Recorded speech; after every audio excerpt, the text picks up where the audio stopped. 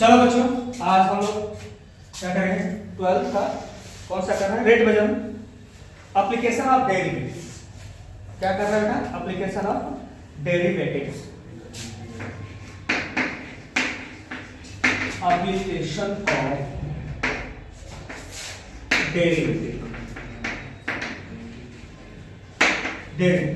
ये करना है, ठीक है। एप्लीकेशन ऑफ डेरिवेटिव है बच्चों में क्या होता है? कुछ क्वेश्चन जो हमें पढ़ने हैं। पहला है रेट मेजर्स। क्या पढ़ना है बेटा? Rate measure. दूसरा है हमारे पास क्या? Increasing decreasing, increasing decreasing. और तीसरा है हमारे पास क्या? Maxima minimum, maxima and minimum. ये तीन चीजें पढ़ी हैं। बाकी दो चीजें आप लोगों को सिलेबस से बाहर कर दिया। पहला टेंजेंट एंड नॉर्मल, दूसरा बाहर कर दिया क्या? अप्रोक्सीमेशन, अप्रोक्सीमेशन ही बाहर कर दिया। दो चीजें बाहर कर दी।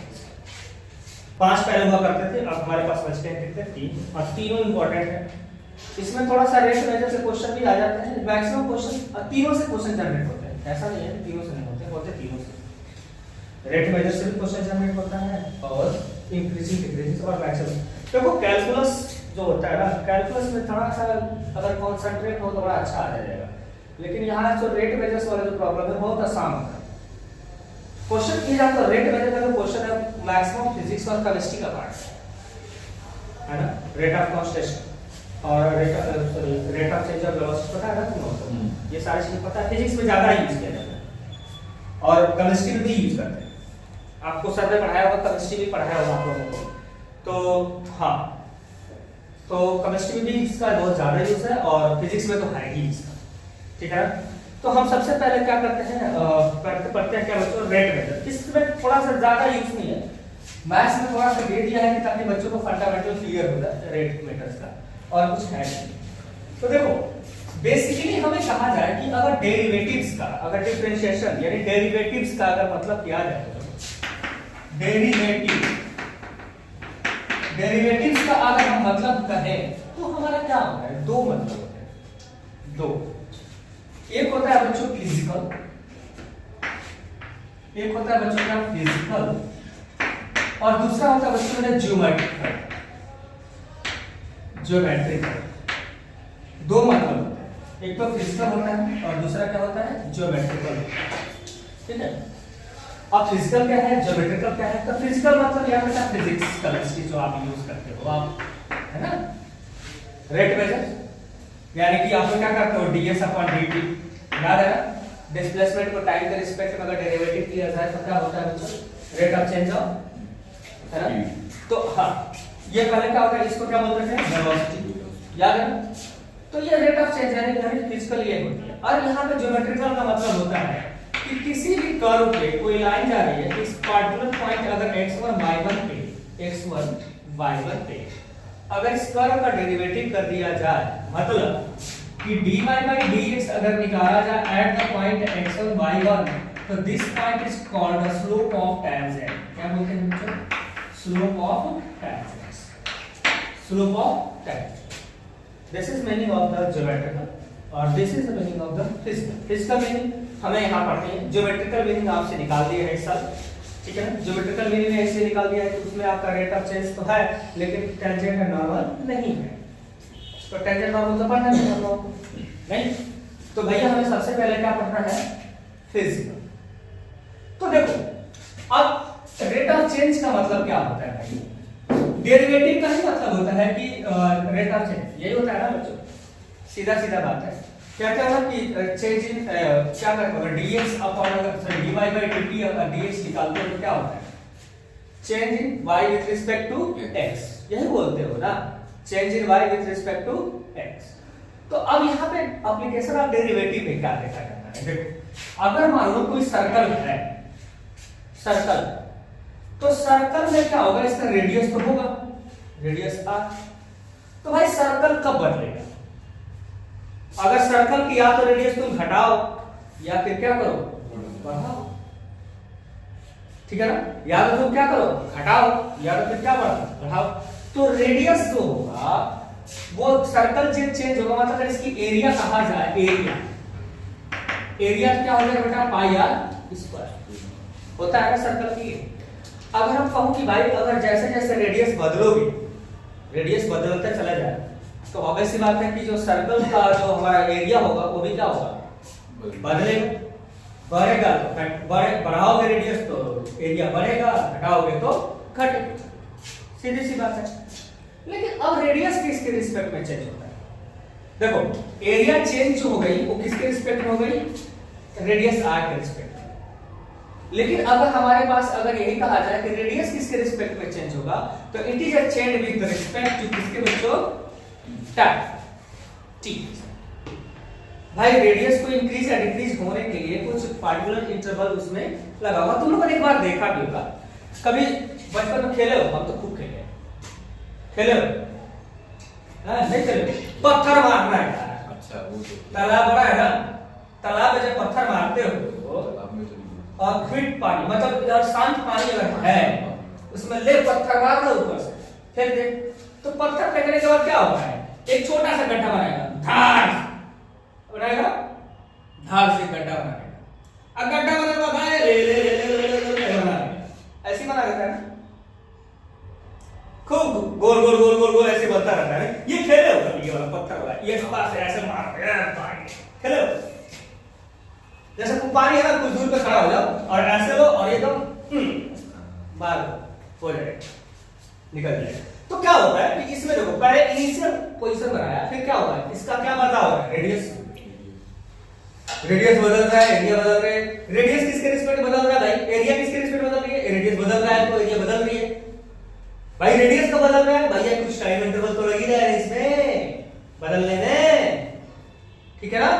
तो देखो हमारे पास सिंपल से दो क्वेश्चन पूछा जाता है आपसे रेट मेजर्स में, कहा जाए कि find the area change in find the area, कहा जाए कि यहाँ पे चेंज इन एरिया बताइए, जैसे अगर पाई आर अगर स्क्वायर बताता है विद रिस्पेक्ट टू रेडियस, अगर एक कहता है कि बच्चों पाई आर स्क्वायर है और कहा जाए कि इसको रेडियस के रिस्पेक्ट में चेंजिंग बताइए क्या होगा, तो हमें कुछ नहीं करना होता है, हमें सीधे क्या करके डी आर अपॉन क्या कर देंगे बच्चों मेरे, डी आर सिर्फ area change with respect to radius बोला है तो कोई कंडीशन नहीं लगाया है तो।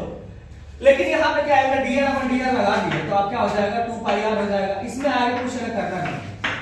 लेकिन अगर आपसे कह दिया जाए कि एरिया अगर ए अगर पाई आर स्क्वायर है और यहाँ पे क्या होता है area change with the respect to time, area change with respect to time, तो भाई रिस्पेक्ट टू टाइम होने का मतलब ये हो गया मेरे बच्चों कि यहाँ पे डी आपको हमें क्या करना पड़ेगा, dt का मतलब हमें रिस्पेक्ट बदल दिया तो कहानी बदल जाएगी। तो हमारा क्या हो जाएगा बच्चों में, रेडियस जो होगा वो हमारा बदल जाएगा, कितना हो जाएगा 2 पाई आर हो जाएगा। लेकिन रेडियस चेंजिंग है ना बच्चों, तो क्या हो जाएगा डी आर अपॉन कितना हो जाएगा, ये हमारा क्या होता है बच्चों,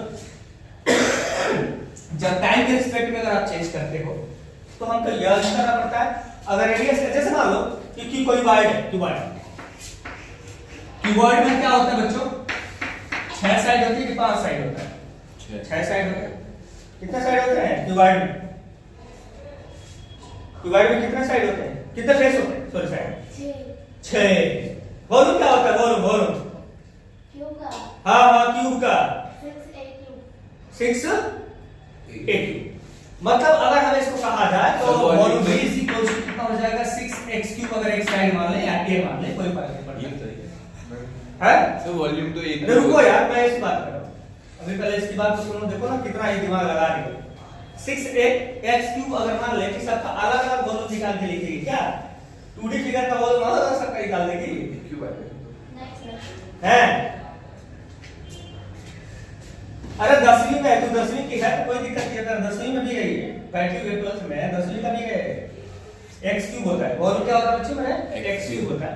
तो अगर x³ वॉल्यूम है तो इसका अगर हमें क्या करें, कहा जाए कि volume in change with respect to किसके, टाइम के अगर रिस्पेक्ट में कहा जाए तो क्या लिखेंगे, तो dv बाय क्या लिखेंगे, dt इज इक्वल्स टू कितना हो जाएगा 3x², भाई ये तो चेंज हो जाएगा, फिर साइड क्या करेगा, रिस्पेक्ट टू किसके चेंज होगा बच्चों में, dx अपॉन कितना लिखेंगे, ये मेन फंडा, ये मेन फंडा है आपका। मेन फंडा यही है, आपका कुछ भी क्वेश्चन आएगा इसमें ज्यादा आपका थ्योरेटिकल पार्ट नहीं है, बस आपको कंसेप्ट समझना है कि ये क्वेश्चन क्या है। तो आप लोग ये नोट कर लो, फिर बात करते हैं। क्वेश्चन बोला बेटा find the rate of change of area with respect to radius r। यदि r इनिशियल वैल्यूज कितनी दी हुई है 3, किसका एरिया, मतलब हमें चेंज एरिया ऑफ सर्कल बच्चों, ऑफ सर्कल। अब किसका एरिया थोड़ा बता था, ऑफ सर्कल, ठीक है ना। तो भाई यहां पे देखिए radius of change of circle, भाई देखो करो बताऊं, एरिया का फार्मूला याद है ना, तो सीधा सीधा एरिया का फार्मूला तो होता है पाई आर स्क्वायर होता है, पाई आर स्क्वायर होता है। इसका क्या करोगे, आर के रिस्पेक्ट में डेरिवेटिव कर देंगे, सीधा सी बात है। तो dA अपॉन कितना हो जाएगा, dr करेंगे, आर के रिस्पेक्ट में पूछा है तो आर के रिस्पेक्ट में करेंगे। तो हमारे अगर निकालेंगे तो कितना हो जाएगा, 2 पाई आर हो जाएगा। अब आ गई रेडियस r कितना दिया है 3, तो कितना हो जाएगा 2 पाई इनटू कितना हो जाएगा 3, इस बिकम्स कितना हो जाएगा 6 पाई। बट यूनिट गद हो, ध्यान रखना नालायकों, यूनिट क्या करते हो, लिखते छोड़ ही देते हो, छोड़ ही देते हो। तो इसका यूनिट क्या है, जैसे मान लो कि हमने 8 सेंटीमीटर में अगर लिखा है यहाँ पे, तो इसका जो एरिया है ना, वो एरिया क्या हो जाएगा बच्चों, सेंटीमीटर स्क्वायर, हाँ सेंटीमीटर स्क्वायर, ठीक है ना। अब यहाँ पे क्या हो जाएगा, ये ऐसा क्या होगा, चेंजिंग हो रही है। अगर ये रिस्पेक्ट में बदलता तो हम क्या करते हैं, टाइम को लेते। बट हमने अगला क्वेश्चन करते हैं, देखते हैं क्या है।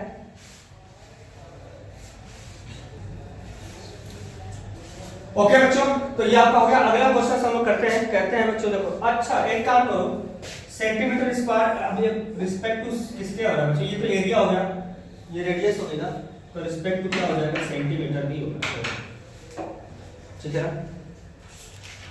अब यहां पे अगला क्वेश्चन बच्चों, अगला क्वेश्चन क्या है कि फाइंड द करें बच्चों, तो वॉल्यूम सॉरी मान लो कह दिया जाए कि यही क्वेश्चन को पूछा जाए कि फाइंड रेट ऑफ क्या बेटा,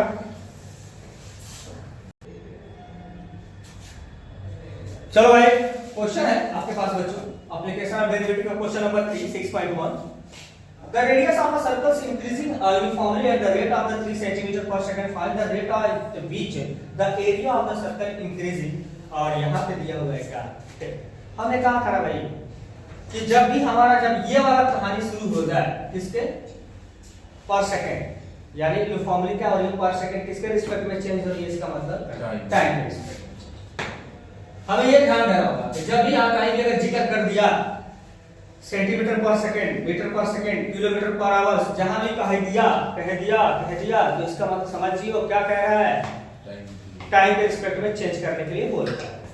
तो फर्स्ट ऑफ ऑल हमें क्या करना होगा, इनिशियल क्वेश्चन वही करेंगे जो हमारे पास एरिया है। एरिया का फार्मूला हमारे सर्कल का होता है क्या चीज है, पाई आर स्क्वायर, ये होता है ना। तो हमें किसके रिस्पेक्ट में डेरिवेटिव करने को आ रहा है, टी के रिस्पेक्ट में, क्या किसके रिस्पेक्ट में, ठीक है। जब हम t के रिस्पेक्ट में डेरिवेटिव करेंगे तो dA अपॉन कितना हो जाएगा, dt, ठीक है ना, dA अपॉन dt। अब dA अपॉन dt निकालोगे मेरे बच्चों तो क्या हो जाएगा, ये तो हमारा हो जाएगा 2 पाई r, नहीं 2 पाई r हो जाएगा ना। रेडियस r जो है वो किसके रिस्पेक्ट में चेंज होगा, टाइम के रिस्पेक्ट में, यानी कि हमें क्या करना पड़ेगा, dr अपॉन क्या लगाना पड़ेगा, dt, ठीक है ना। या तुम अनदर फॉर्म में समझ लो या चैन रूल ही लगा रहे हो, आगे बात समझ लो, ठीक है ना भाषा। अगर ये तुम्हारे दिमाग में काम नहीं कर रहा है तो ये समझ लो कि हम चैन रूल ही लगा रहे हैं और क्या, ठीक है। तो भाई मेरे यहाँ पे देखो, तो dA अपॉन क्या हो जाएगा, dt इज इक्वल्स टू, देखो 2 और पाई, r हमारा इनिशियल दिया था, कितना दिया था 10 इनटू 10 इनटू, हमें कह रहा है कि जो रेडियस, कह रहा है कि the radius of a circle increasing uniformly at the rate, मतलब ये चेंज किसका दे रहा है, रेडियस का चेंज दिखा रहा है, इसका चेंज दिखा रहा है रेडियस का, मतलब कि आपको dr अपॉन dt की जो वैल्यू दी है 3 सेंटीमीटर पर सेकंड तो दिया हुआ है, ठीक है ना। तो जब हम यहां लिखेंगे तो क्या हो जाएगा, 3 आ जाएगा, जब मल्टीप्लाई करेंगे तो कितना हो जाएगा, 30 और 60 आ जाएगा, that is 60 pi centimetre square तो आ जाएगा। लेकिन समस्या ये है कि चेंज किसके रिस्पेक्ट में हो रहा है, टाइम के रिस्पेक्ट में। तो यहाँ पे क्या हो जाएगा, विद रिस्पेक्ट टू कितना होगा टाइम, तो टाइम में क्या लगा देंगे, सेकंड लगा देंगे। नोट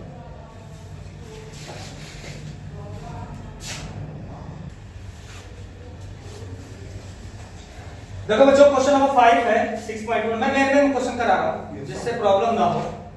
देखो बोर्ड के टाइम में तो बहुत शॉर्टेस्ट टाइम बचा हुआ है ना, तो मैं क्वेश्चन कराऊंगा जो आप लोगों के लिए चैप्टर भी कवर हो जाए और प्रॉब्लम नहीं आ जाए, ठीक है।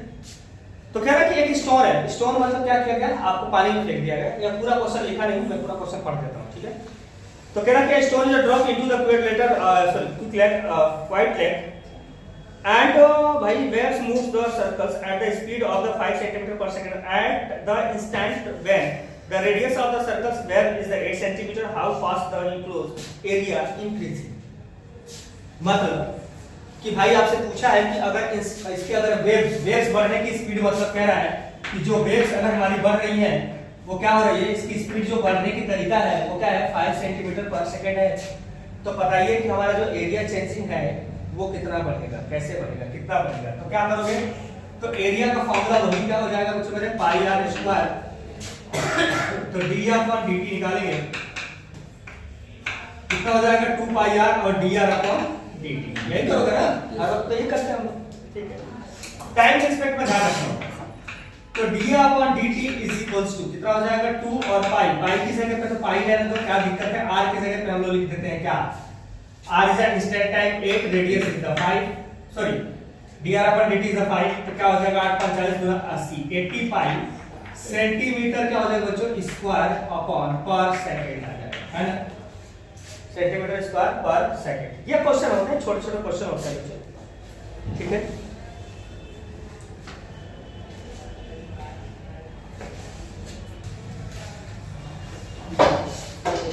तो क्या होता है ना कि लिखने में बड़ा टाइम कंजप्शन हो जाता है। अगर स्मार्ट बोर्ड होता था क्लिक करके पूरा क्वेश्चन आ जाता, क्वेश्चन हो जाता है तो भैया सीधे सीधे हम उस क्वेश्चन को बता देते। अब यहाँ पे क्या है, क्वेश्चन पूरा लिखूंगा तब तो आएगा ना, है लिखने में टाइम कंजप्शन हो जाता है ना। तो टाइम कंजप्शन भाई, टाइम की बचत करना चाहिए सभी को, टाइम बड़ा कीमती चीज है ना। क्या होता है ना, किसी भी चीज को जितना टाइम बचाओगे उतना ही टाइम तुम्हारे लिए वैल्यूएबल होगा, और नहीं तो जितना खपत करोगे ना उतना ही तुम्हारे को जीवन नष्ट ही करने वाला है, कुछ नहीं।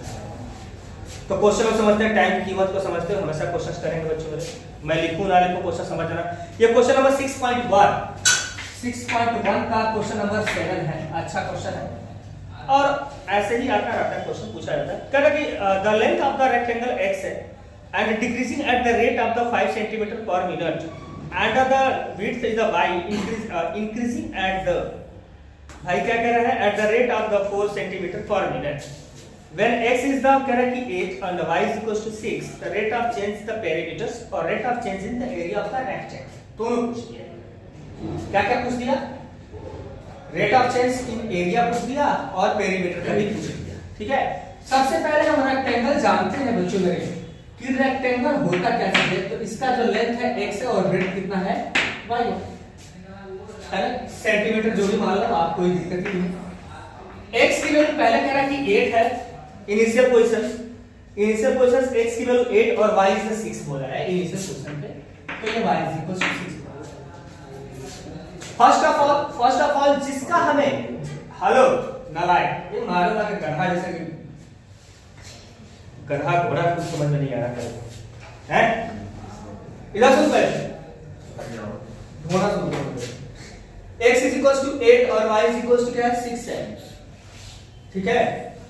अब यहाँ पे क्या कर रहा है कि पहला केस क्या बोला है कि चेंज इन पेरीमीटर, और इनको बोला है क्या है कि जो हाइट, तो इसकी जो हमारी लेंथ है वो लेंथ को क्या कह रहा है, length is the decreasing, length is the decreasing, मतलब dx अपॉन dt जो दिया हुआ है डिक्रीजिंग दिया हुआ है, वो कितना दिया है बच्चों 5 सेंटीमीटर पर मिनट, 5 सेंटीमीटर पर मिनट।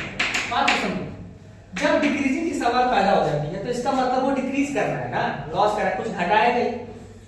अरे भाई घटाने, डिक्रीज करने का मतलब क्या है, कुछ ना कुछ घट ही तो रहा है, बढ़ तो रहा नहीं है। घट रहा है तो हम क्या मान लेते हैं नेगेटिव, लेस।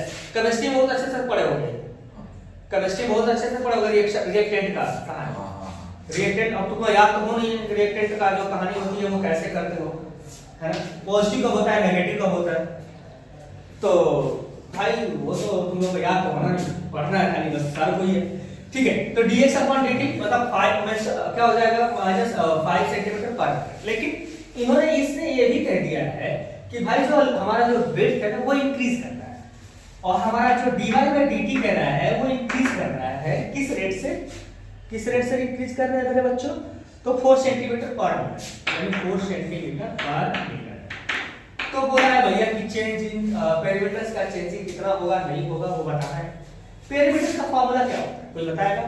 तो हम सभी को पता है, कभी कल्पना भी नहीं की होगी बताओ कि ये 9वीं 10वीं का कहानी जो है 8वीं का ये जाकर 12वीं में मिलेगा। इनको समझाता हूं, 10वीं के बच्चों को समझा दूं ना, है क्या करना, 10वीं में हो लिया।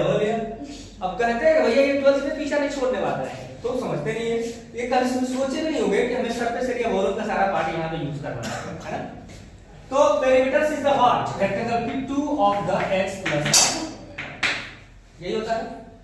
हमारा जब कहा था कि भाई जब ये रेट चेंज किसके टाइम के रिस्पेक्ट में चेंज होना शुरू हो जाए तो हम वही करते हैं, ठीक है? तो करें हम, तो dp पर क्या करेंगे, dt दिस बिकम्स 2 और यहां पे x का हो जाएगा dx अपॉन dt और y हो जाएगा dy by dt। Any problem किसी को? नहीं, प्रॉब्लम नहीं होना चाहिए, ठीक है ना? Your value dp upon dt is equals to 2, इसकी वैल्यू dx अपॉन dt की वैल्यू -5 सेंटीमीटर और यहां पे इसकी वैल्यू कितनी है 4। अगर हम इनको ऐड करें तो कितना हो जाएगा माइनस ऑफ द 2 आ जाएगा। अब यहां पे क्या होगा, सेंटीमीटर पर सेकंड लिखेंगे, क्यों? क्योंकि पेरीमीटर है, पेरीमीटर को एरिया मत लिख देना, बहुत कंफ्यूजन होती है बच्चों, कहीं हमारे एरिया भाई कर रहे हो तो एरिया में वहां पे लिख देना, ऐसा मत करना। दूसरा, अब हमें दूसरा क्या पूछा था, चेंज इन एरिया। तो एरिया का फॉर्मूला क्या होता है बच्चों? Area A is equal to कितना होता है, pi r square, sorry x into y, हम भी तुम लोग रन में रखा है, x इनटू y, किसका हम निकाल रहे हैं, रेक्टेंगल का, लेंथ इनटू ब्रेड्थ। तो क्या हो जाएगा, फर्स्ट यानी कि area first function derivative of the second dy by dt plus second function by, और इसका करेंगे तो dx अपॉन dt है ना, और dA अपॉन कितना निकाला है, dt, that becomes by dA upon dt is a what, dA upon dt is equals to what बच्चों मेरे, तो x की जगह पे value initial is the 8, dy by dt divided is 4 plus y is the value 6 और इसकी value कितना है, dx upon dt is a 5, तो माइनस ऑफ द 5 साइन के साथ लिखोगे, ऐसा नहीं 5 ही लिखना। आचो के 32 minus 30 this becomes 2 centimetre square पर सेकंड। भाई एरिया है तो एरिया को हम सेंटीमीटर स्क्वायर में लिखेंगे, नोट।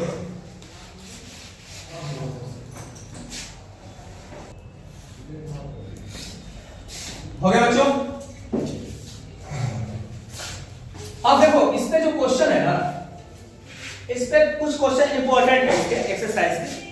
तो कुछ क्वेश्चन इंपॉर्टेंट कौन कौन से हैं, अगर आपके क्वेश्चन अगर देखा जाए तो क्वेश्चन नंबर आप इसके बाद जो करने वाले हो, यहां से तो मैं कर दिया, इसके बाद क्वेश्चन नंबर 10 कर लेना, 11 और 14 भर से कोशिश करना कि हम इसके बाद 8 भी कर ही लेंगे, क्या दिक्कत है, 8 भी कर ही लेना, ठीक है ना? तो इतना क्वेश्चन इंपॉर्टेंट है, बाकी हम अगली क्लास में बताऊंगा, अगले लेक्चर में इसको हम सारे करा देंगे। फिर जो बोर्ड क्वेश्चन टाइप्स के आ रहे हैं ना, रेट मेजर्स के एग्जाम्पलर, बेसिकली एग्जाम्पलर में जो क्वेश्चन अच्छे हैं जो बोर्ड में पूछे जाते हैं उसी को करेंगे। तो यहाँ पे मेन क्वेश्चंस को खोल लिया, जो करना है वो कर लिया। थीम पढ़ा दिया, थीम तुम्हें समझ में आ गई कि what is a rate measure. अब इंक्रीजिंग करानी है, रेट मेजर हमने करा दिया पूरा कंप्लीट। घर पे जाके इसका पूरी परफेक्टली रिवाइज करो भाई, है ना? रिवाइज करने के बाद जो नहीं आता डाउट क्लियर करो। Okay bye.